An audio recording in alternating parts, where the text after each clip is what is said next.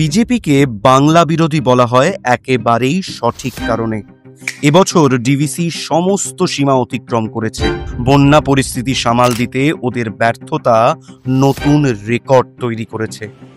মাত্র 2 মাসে 2025 সালের জুন ও জুলাই ডিভিসি প্রায় 51,000 লক্ষ ঘনমিটার জল ছেড়েছে।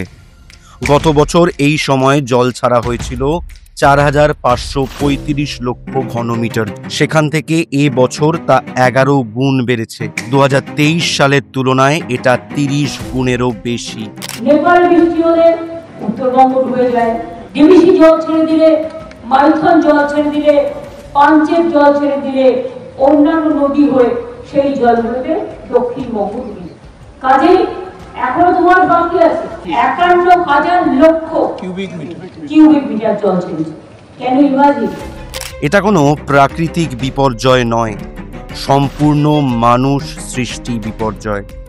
একটি কেন্দ্রশাসিত সংবিধিবদ্ধ সংস্থা ইচ্ছাকৃতভাবে জল ছেড়ে বাংলাকে প্লাবিত করছে।